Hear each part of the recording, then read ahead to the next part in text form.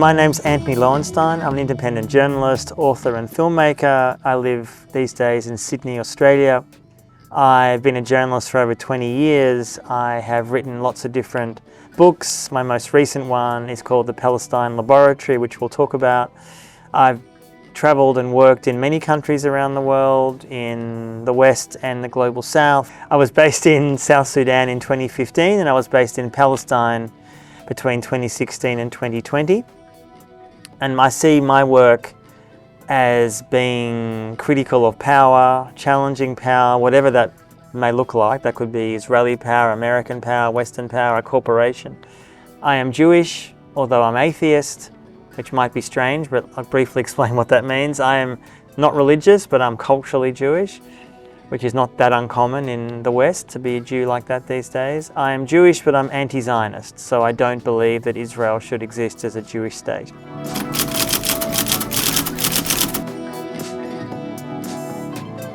So based on your book, The Palestine Laboratory, you mentioned about the Pegasus. It's just one of a few Israel surveillance tools, right?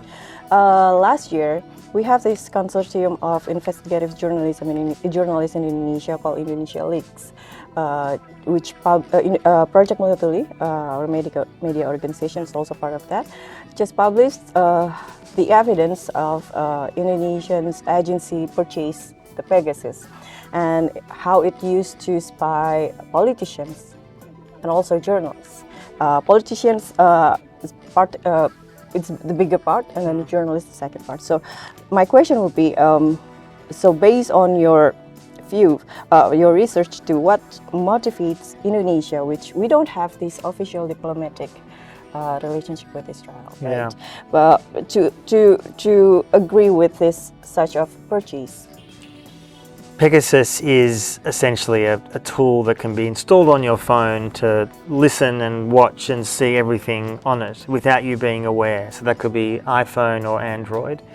And it's been around for about 15 years and it's developed by an Israeli company called NSO Group.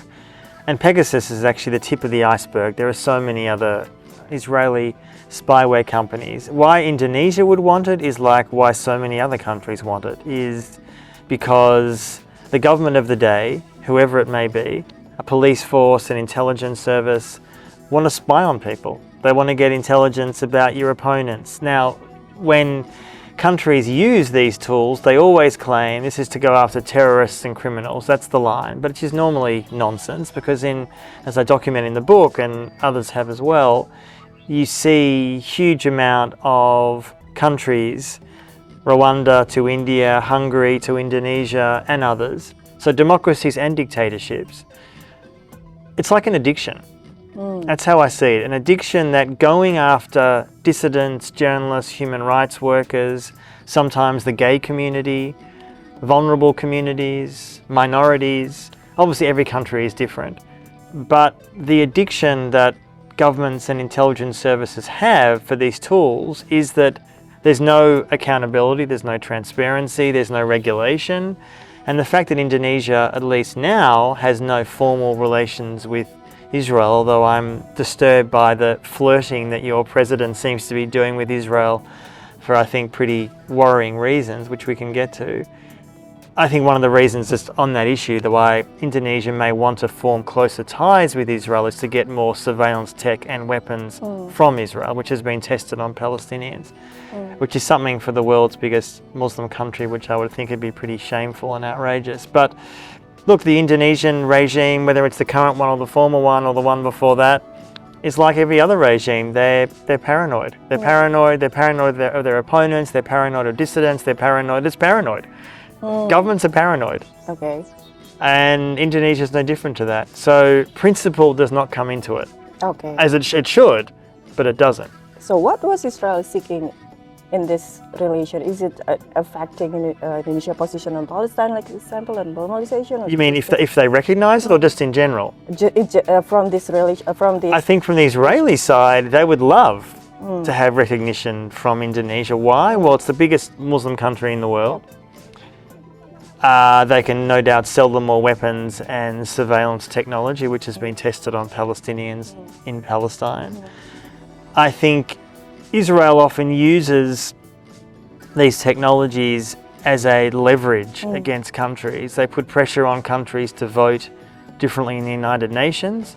Now, obviously, on paper, you would think that Indonesia, being a majority Muslim country, would be in solidarity with Palestine. You would think that, but look at many Muslim countries around the world. I'm not talking about Muslim people, I'm talking about Muslim leaders, Muslim elites. Egypt, Jordan, Saudi Arabia. They have no solidarity with Palestinians. In fact, they've frankly sold them out for years. And I don't see much indication, even after the last 2 years of genocide in Gaza committed by Israel, that that has changed. None of those states have cut ties with Israel. In fact, military ties increased between the nations I just mentioned. And that's the Arab world, I understand that. And there are some Muslim countries that are more critical. Malaysia, for example. It's not to defend the Malaysian government on lots of other issues, but on this issue they're very outspoken. And some Muslim countries are, but I worry that the current Indonesian government is, well, there's a few ways to read it. They don't really care about the Palestinians being murdered on great numbers. They want to be closer to Washington, and often the road to Washington goes via Israel. Prabowo clearly wants to be good friends with Trump and his family. That's become very clear. And I think the Indonesian elites probably have contempt for Palestinians. I see that. And it's not just Prabowo, I think it's many of them. And I hear statements and comments, including by some, not even in the government, but some just in the Indonesian elites. I'm not saying all, of course, but some. And so I think Israel would see that as a major victory if Indonesia recognized them, even after the last 2 years. And I'll just finish on this point. If Indonesia recognizes Israel after what Israel has been doing, murdering, torturing, raping, mass killing Palestinians, it should be treated with utter contempt. Like the idea that a president of Indonesia would recognize Israel is something that should, in my view, should shame all Indonesians. But the surveillance tools they're purchasing is one of the ways of Israel is in getting that support. Getting support, getting influence, and I think almost certainly, like many other governments around the world, the Indonesian regime, this particular government, but again, it would be not that different if it was another Indonesian government. Police forces, intelligence services are desperate to have more intelligence on their enemies, their opponents. And that could be other politicians, it could be journalists, it could be you, it could be critics. I mean, this is what happens. As I said, regimes are paranoid. Okay, so how does this Pegasus accelerating the decline in the democracy in Indonesia? So if you, as a journalist, as a activist, as a human rights worker, as a critic, as a independent thinker, cannot safely secure your information, for better or worse, many of us spend our lives on our phone now. Well, certainly a lot of the information, whether it's personal information about your family, your loved ones, work information. I've spoken in my book to a number of lawyers, for example, in India, who worked with vulnerable people. The government comes after the lawyer and the vulnerable communities, but they have all the information because they've used Pegasus or some other tool on the phone. I mean, one of the things I think the broader question here is, for many people around the world, we're realizing after 25 years or so of the internet, 15, nearly 20 years of smartphones now, the iPhone and others, that the benefits are clear for some: greater communication, use of information. That's true. And as a journalist, there's no question to me that the internet and smartphones have been hugely beneficial. However, we are losing privacy. We are losing privacy, we are losing the idea of our information being kept private. We have huge amounts of companies around the world that are taking our data. We have governments that are taking our data. We are surveilled by either big tech, American big tech companies, or individual countries, whether it's Indonesia or others. And it's just remarkable to me that we are in 2025 and still the vast majority of governments around the world have put very few, if any, regulations on any of these tools. We're about to enter a new age of AI, which is a whole different challenge. There's no regulation around that, but even putting that aside, which worries me, there's really no regulation around spyware, there's not much regulation around social media. I'm not saying these things should be banned, that's not what I'm saying, but there's no regulation. And the negative impacts of some of these tools, especially for democracy, for freedom of speech, I mean, I know in country after country, people who feel like their privacy has been breached become scared. They become silent. They are more likely to keep their mouth shut.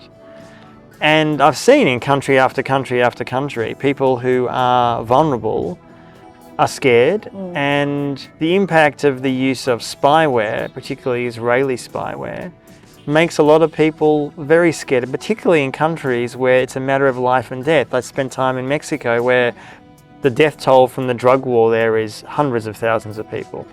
And so Pegasus as a tool doesn't kill you. It's not a gun, it's not a missile.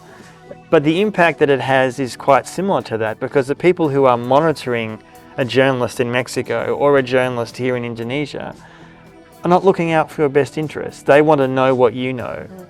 And I think the only way we can get around that is have our phones checked. You can get it forensically examined by someone, your iPhone or Android.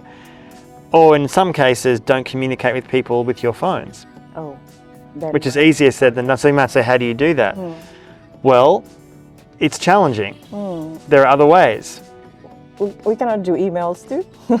Well, email, I mean, look, I use the internet all the time. I'm not suggesting that I'm some sort of very noble person. I use it every day, like we all do as journalists and as humans. You know, it's become part of our lives now.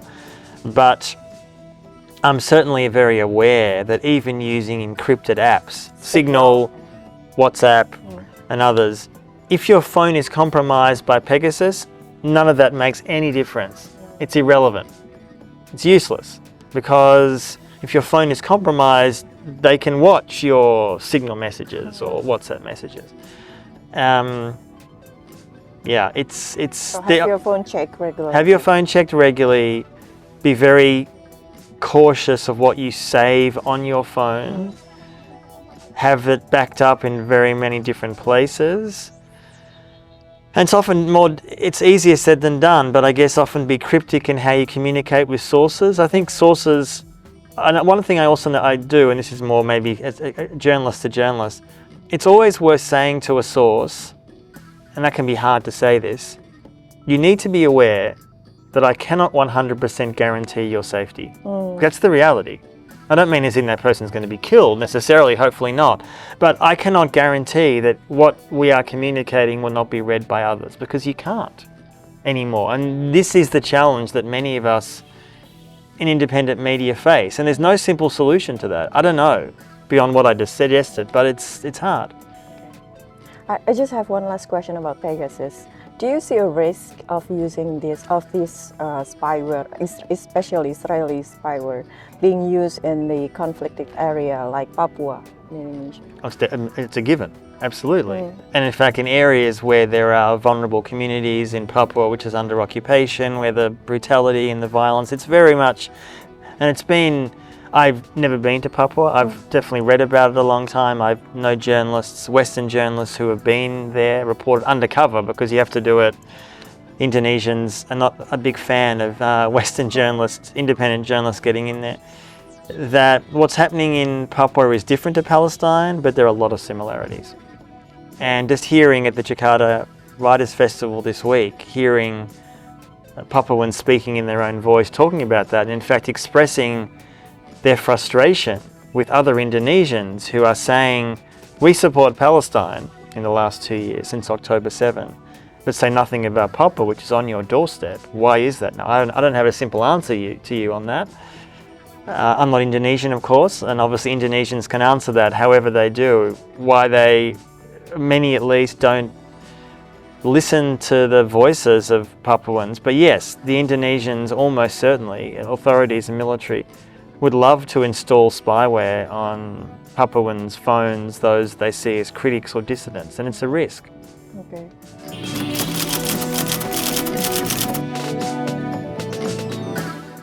I found on your book that Indonesia has been close relationship with Israel since Suharto regime.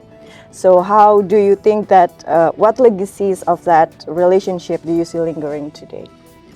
Part of the reason I wrote the book was to give a bit of history about Israel's relationships with the world, particularly since 1948 when Israel was founded. And it's kind of known, at least in some parts of the world, that America was a massive supporter of Suharto when he took power. They supported the mass killings, the hundreds of thousands of Indonesians. The US was providing intelligence to the Indonesians, just a deeply, deeply shameful part of American and Indonesian history. What was less known was the Israelis had involvement as well. Now, as far as I'm aware, the Israelis weren't providing intelligence on so-called dissidents for the Indonesians to kill, although that may be the case, but they were keen to trade with the Suharto regime to make money from the regime, and Suharto was keen to do that because he wanted to get legitimacy with the world. And sadly and shamefully, many Western states, including my country, Australia, were happy to support Suharto, funded him, armed him, backed him in Indonesia itself, and of course in East Timor, which led to what I would call a attempted genocide against the Timorese population. They are thankfully now independent. They're economically challenged, but they are independent. And I hope one day Papua is in the same situation. But the Israeli involvement, a lot of that is still hidden.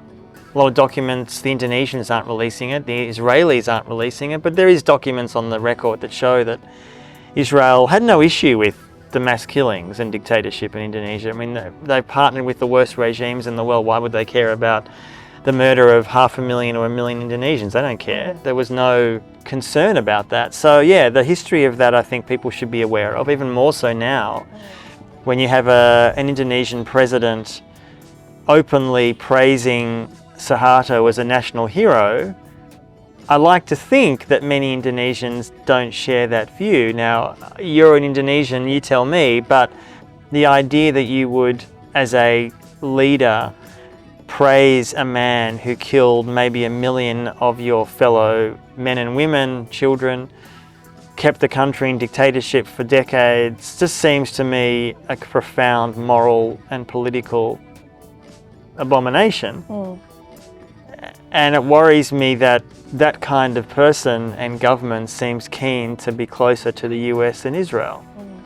So you see the echoes of Suharto and Israel relationship with Indonesia's modern trajectory of surveillance and I do see a connection. Obviously, Suharto is different to Prabowo. I'm not going to say they're exactly the same. They're obviously different. I think Prabowo seems to admire Suharto. Clearly, obviously, there hasn't been the same level of violence that he has committed yet, certainly since he's taken power.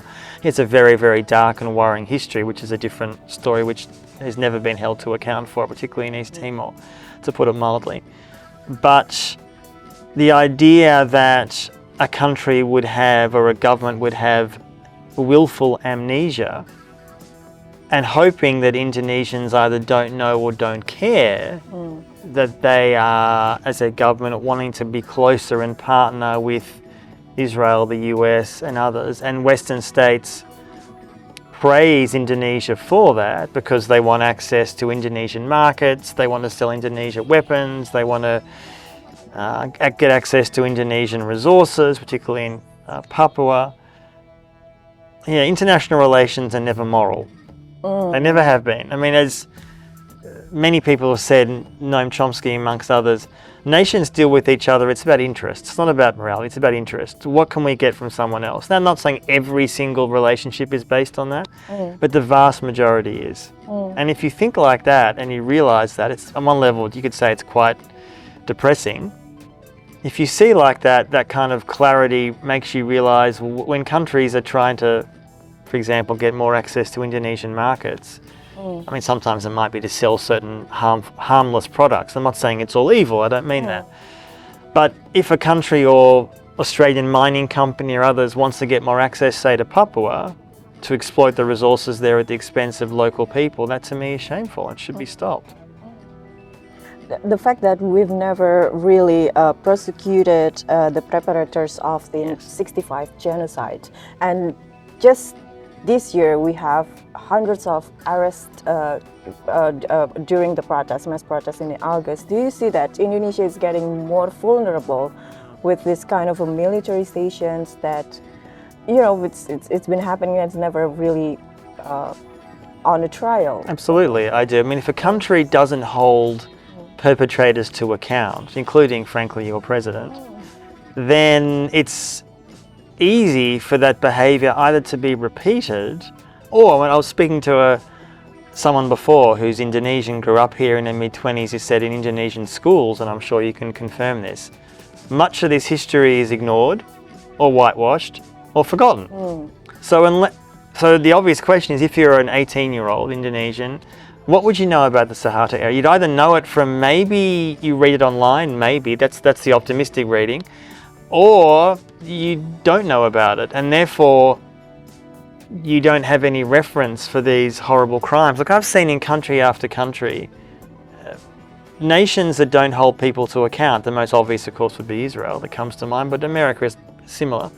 I mean, the vast majority of war criminals after 9/11 who committed war crimes in Iraq and Afghanistan, from the president down, no one's been held to account. Israel, for decades, since October 7, since 1967, decades of occupation of Palestine, no one's been held to account. And that's why when last year the International Criminal Court has attempted to arrest Netanyahu, the Prime Minister, and Yoav Gallant, the former Defence Minister, it caused such a scandal, because the idea that an International Criminal Court would come after a Western leader, can you imagine? Somehow, I mean, I remember some of the American opponents of this were saying, no, this court's just for the Global South.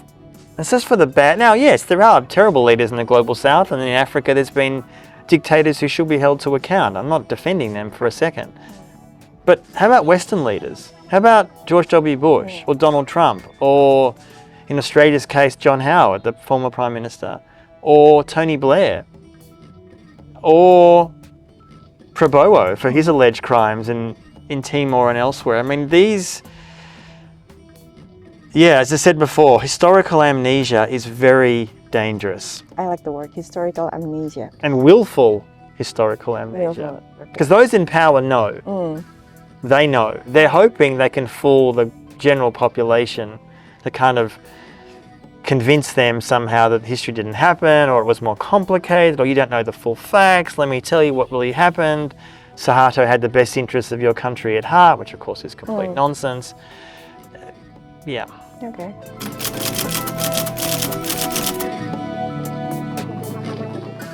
So we've come to the last part of this session. It's about independent media. So in your book, you mentioned that post 9/11 era media, especially mainstream media, including New York Times, if I'm not mistaken, has been huge part of these atrocities and in classifying terrorism, right? So how does this demonstrate the critical role of independent media in challenging, state-defined?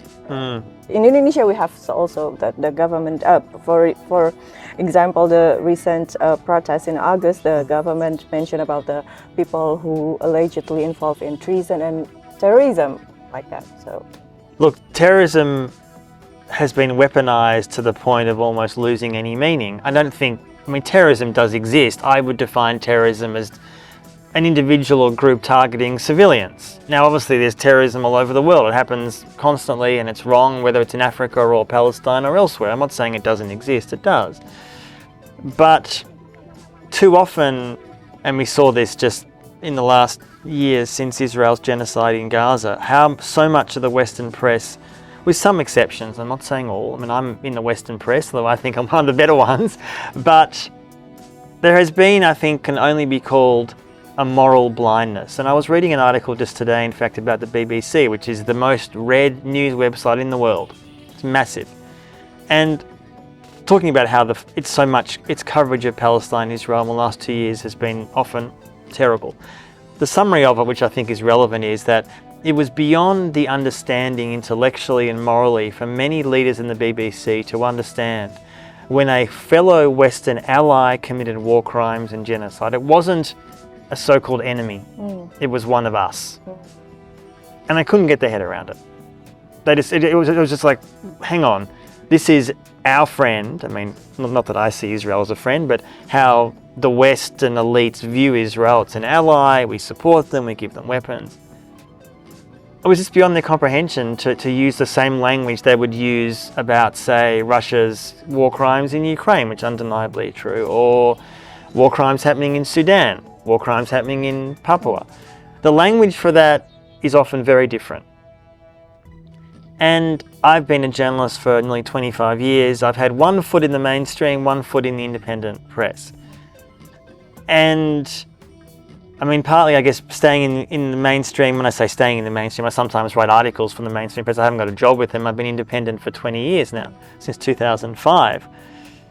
Is that I came of age after 9/11 as a journalist. The Iraq War was starting in 2003. And for me, that was a really seminal moment, just seeing, again, with some exceptions, including some good journalist friends of mine in the West, but the vast majority of journalists bought the lies around Saddam having weapons of mass destruction, defended the invasion of Iraq, which led to the killing of 500,000 to 1 million Iraqis, which somehow we just don't talk about anymore, speaking of no accountability.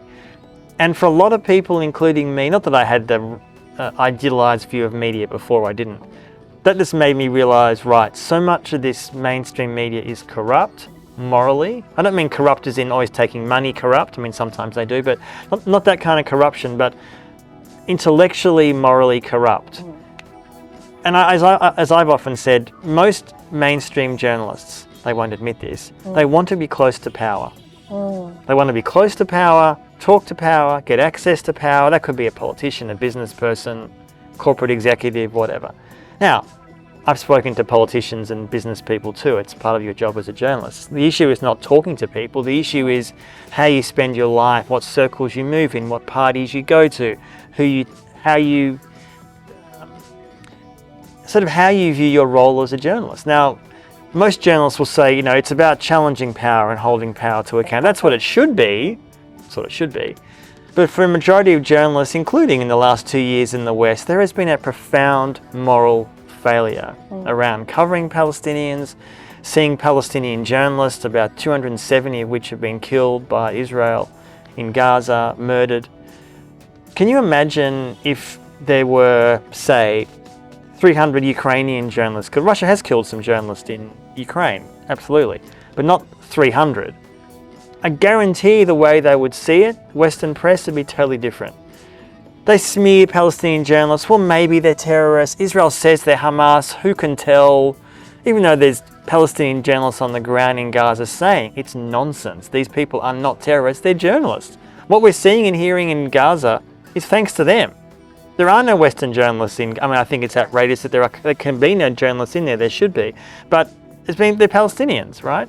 So yeah, a lot of it comes down to also one word, racism. There's profound Western racism against Islam, brown people, black people, non-white people. And so it's often not articulated as blatantly as that, but that's the effect of these policies. So what do you think, why are we as independent media are better platform for marginalized voices like Palestinians in Indonesia, Papuans? I guess in a way because you don't defer to powerful figures as always the truth. And I often meet journalists who will say something different publicly and privately, so they will say, well, we know that person's lying. Right, so why didn't you challenge them then? Why are you giving them the airtime? Why are you allowing them to sprout nonsense if you know it's not true? You can't stop someone saying something, but you can challenge it, right? I think one of the things that's been clear in the last years, again, before October 7, but certainly since, is that there's been an explosion of independent press in many countries. There's a big audience now looking for critical voices on, yes, Palestine, but other issues as well, local issues in Indonesia or elsewhere. And it's a profound lack of trust in much of the Western press. And you see this, I can speak less about Indonesia, but I'm guessing it's similar here. But certainly in many Western countries that's the case. There is a profound loss of trust and respect for Western press, and that's making so-called legacy media, the establishment press, scared. Because often people between the ages of 18 to 35, 40 don't engage with that media. they might engage on social media or independent press. And that's something I encourage. I'm the co-founder of Declassified Australia in Australia, which looks at Australia's critical relationships with the world. We've broken a lot of stories in the last years around Australia's complicity with Israel's genocide by sending weapons parts to Israel for the F-35 fighter jet that Israel has been using over Gaza. And we've done great stories and they've gone viral. Much of the mainstream media has not touched it. Why? I mean, I have my theories, I don't know. So if there hadn't been independent press, these stories wouldn't have existed because they're obviously not doing the work themselves. So no, I mean, my contempt for most mainstream media has never been higher. Well, you mentioned about trust, but from our experience, our biggest enemy is the power itself, right? Yes. In Indonesia, the government is deployed so many buzzers to label our stories, Yes. blogs, false news. So this is going to be my last question. So how can independent media rebuild public trust? Yeah, well, you need obviously supporters behind you. You obviously might need people to support you legally if the government tries to take you on. You have to stand firm in that truth matters. You need allies, I would say, also outside Indonesia as well, ideally. People who can support you in various ways. It could be online, it could be financially, to put pressure potentially on the government to not attack you as an institution or others.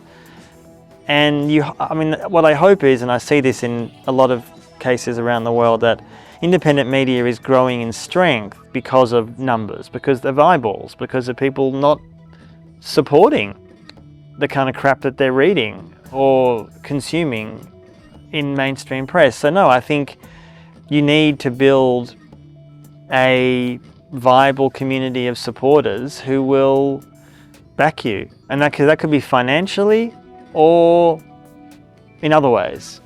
And I guess with an Indonesian outlet, obviously within Indonesia principally, although clearly, as I said, I think outside support is important too. But yeah, and to not cave to government threats, because when it comes down to it, all they're doing is they're paranoid and aggressive and insecure, and they should be. We shouldn't accept that in a country that claims to be a democracy. Thank you so much, Dan. Thank you.